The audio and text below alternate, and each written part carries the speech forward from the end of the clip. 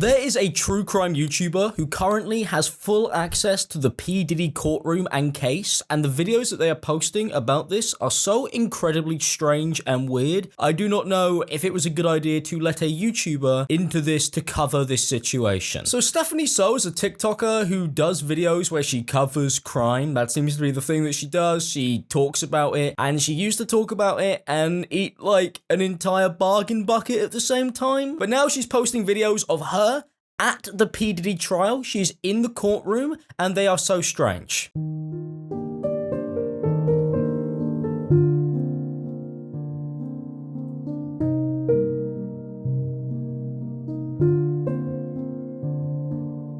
Yeah, that video is completely real, by the way. Just a girl eating her mushy PB&J sandwich outside the federal courthouse after spending 8 hours in the same room as Diddy. Weird flex, but okay. She took 79 pages of notes because cameras aren't allowed in the courtroom, and I know you need to know what's happening. Well, I think that's because they're trying to do like a really serious court case right now, and maybe they don't want it sensationalized by somebody who does a roulette in the rain, is smiling, and then takes a bite out of a peanut butter and jelly sandwich, because I think that would kind of be something that really doesn't take what is going on here very seriously. I just think it's so weird to make a video about something like this and be taking it like it's a trip to Disneyland. You know, you are in the courtroom with P. Diddy. You are not at Disneyland with Mickey Mouse. They are two very different things. But she has posted multiple videos about this, and every single one of them gets weirder and weirder and weirder and weirder. I just spent 8 hours in a room with Diddy. This is my first time leaving the house in 3 months, and I'm at a federal courthouse in New York City. This is day 2 of jury selection for Diddy's trial, and it was...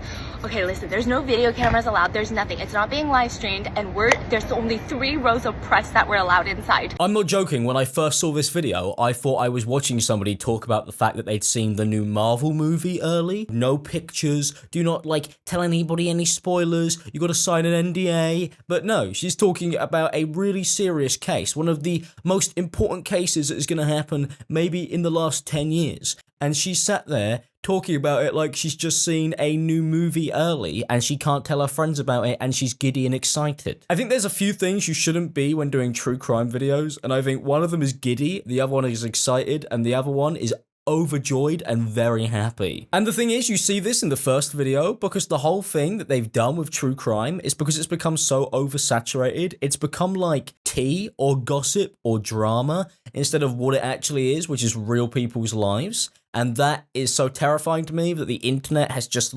slopped down all of this information to the point where it's just entertainment. But I think as a content creator, you should be aware enough that maybe this is one of those things where you maybe don't do the mukbang. Maybe you don't do the twirling around in the rain for this one. It's the fact that in that first video, she's had to add music onto the top, but she's picked on purpose, which is this cutesy carousel music that I'm going to have to replace for copyright reasons. But you can go find the original video. When people do that on a TikTok, when they upload a video of them crying or being sad and they add the sad music, you immediately take away any form of seriousness that I can have because I know that you've done that. But why are you turning the P. Diddy trial into a romantic rom-com type thing where you're doing twirls and you're dancing around and you're being oh, just me at the P. Diddy trial, just a girl exploring and adventuring around, just to see what's going on. Maybe cut that out. But she goes on to describe P. Diddy, by the way, in this vlog video, and even that is so incredibly strange. It's very weird. It's really, really odd. Enjoy. But something about seeing him in person in the same room was so intense. He would turn around and make eye contact with each members of the press and just everyone in the courthouse. And the way that we can describe the way he looks, because there's no pictures allowed, so we don't really know. Look, I've got so many questions about this video. Number one, what do you mean we don't really know? I don't know, although I would assume he looks a bit like P. Diddy. Number two, I would say because you are the journalist who has somehow managed to get themselves into this courtroom, maybe you should describe it to us. Maybe instead of just describing how you feel and dancing around and eating peanut butter and jelly sandwiches, maybe do some journalism. That is a good idea. That is what you've been asked to do if you are there, I'd assume. Frankly, I don't want to hear about the gossip and the tea and the awkward moments that are going on. I would like you to just tell me about what's happening in the trial seriously, like the news would. Isn't it terrifying that kids nowadays watch this instead of the news? Imagine consuming information like this in this medium. The world is going to end in maybe 4 years' time. But she then goes on to describe what P. Diddy looked like in the courtroom, and honestly, I couldn't think of a worse way to describe someone. The way he looks is... Okay, we were having debates about this during lunch, but it's like, you know koalas when they get fuzzy? Like if it's really humid and they have like very fuzzy grayish white hair?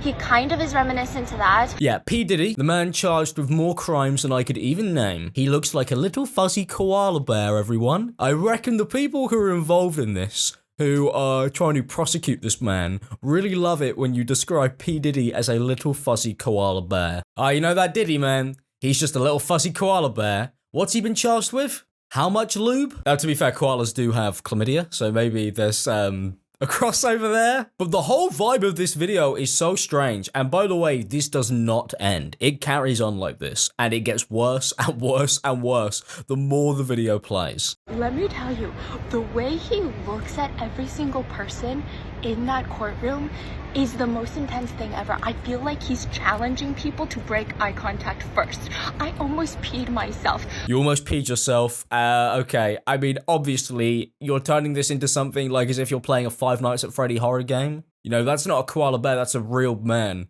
That's a real person. Why are you acting like this? Genuinely, why are you acting like this? And why does she act like this in every video, by the way?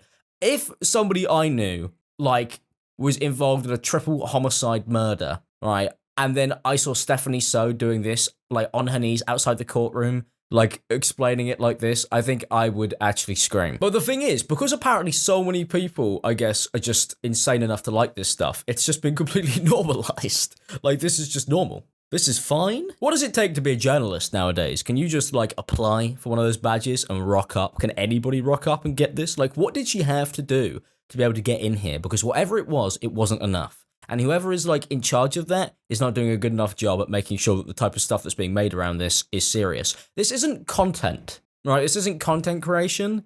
This is something that's, like, not something that should be turned into, like, a sensationalized TikTok. I don't know. Maybe that's a hot take. But I'm gonna go through all of the jury selection details in maybe another TikTok, maybe in a YouTube video. Follow Rotten Mango on Spotify, wherever you get your podcasts, YouTube. But starting Monday, once the actual trial starts, once the opening statements start, I'm gonna be in there every single day, and I'm going to give you all the details every single day. I'm gonna be in there every single day, like fresh off the press. What are you doing? What are you doing? How do you watch this back and go, oh, yeah, what's this about again, P. Diddy? Yeah, this is fine. The way that I made this video, that's okay. I'm gonna post this. I'm gonna post this on TikTok. Don't forget to check out my podcast on whatever platform you get your podcast from. And yeah, I will see you guys next time. Mate, influencing, like, just destroys my brain. This is why I do not have, like, any apps on my phone. I do not look at any of this stuff. I'm gonna switch to a flip phone very soon. I'm gonna be free from this, because anybody who consumes this, it's going to melt their brain. It's like acid. It's just going to go straight into your ear, and then everything's going to turn into goo, and you're going to have no brain left. The idea that people are watching this, it has 3 million likes. It's got like over 14 million views. People are watching this TikTok over, like, the actual journalists who are covering this and are taking it seriously and are doing proper investigative journalism. Instead, it's like this, I'm just a girlification of crime. Is so odd. And then she posted another video where she proceeds to describe the most awkward moments at the P. Diddy trial as if it's like a Watch Mojo video. This is going to be jury selection day 2 for the Diddy trial recap. I will say these are the most top 3 awkward moments during the entire day. I want to say when all the jurors, there were like 30 something jurors that were called to the stand to answer extra further questions to see if they can qualify to be jurors on this case. Every single time someone brought up the hotel video, okay, not every single time, but many a times I was staring at Diddy and he would visibly shake his head when people were describing the hotel video with Cassie. Maybe it's a coincidence. Maybe there's a bug near his head and he's shaking it off each time. Maybe there's a bug near his head and he's shaking it off this time. What type of a comment is that? Like, what is this journalism?